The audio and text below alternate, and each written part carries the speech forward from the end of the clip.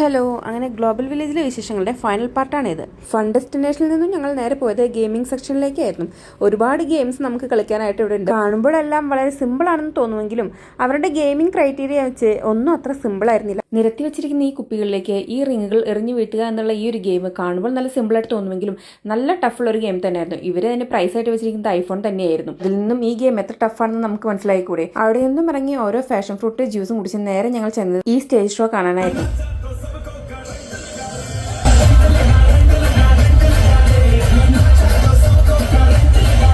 അവിടെ ഇരുന്ന് കുറച്ച് നേരം ആ പെർഫോമൻസ് ഒക്കെ കണ്ടതിന് ശേഷം ഞങ്ങൾ മെല്ലെ അവിടെ നിന്ന് ഇറങ്ങിയപ്പോഴേക്കും 11 മണിയൊക്കെ ആയിട്ടുണ്ടായിരുന്നു. തിരിച്ചു വരുമ്പോഴാണ് ഈ ഒരു അഡ്വഞ്ചർ കോട്ടയുടെ മുന്നിലെത്തിയത്. സംഭവം അതൊരു പ്രതിമയാണെന്ന് നമുക്കറിയാമെങ്കിലും അത് നമ്മൾ വിചാരിക്കാത്ത സമയത്ത് അതിനൊരു മൂവ്മെന്റ് ഉണ്ട്. അപ്പം നമ്മൾ ശരിക്കും ഒന്ന് പേടിച്ചു പോകും. അതാണ് ഇപ്പം നിങ്ങൾ കാണുന്നത്.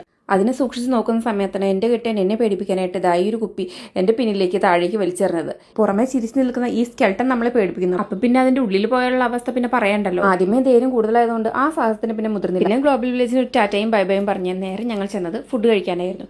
ഫുഡ് കഴിക്കാൻ എത്തിയപ്പോൾ തന്നെ സമയം 12 മണി ആയിട്ടുണ്ടായിരുന്നു. വിശപ്പിൻ്റെ വിളി നന്നായി വന്നുകൊണ്ട് തന്നെ എല്ലാവരും നല്ലപോലെ കഴിച്ചു. നേരത്തെ ഞാൻ പറഞ്ഞതുപോലെ ആദ്യമായിട്ടാണ് ഇത്രയും എൻജോയ് ചെയ്തിട്ട് ഗ്ലോബൽ വില്ലേജിൽ നിന്നും ഞങ്ങൾ ഇറങ്ങിപ്പോരുന്നത്. അപ്പോൾ ഇനി മറ്റൊരു വീഡിയോ ആയിട്ട് കാണുന്നവരെ ബൈ.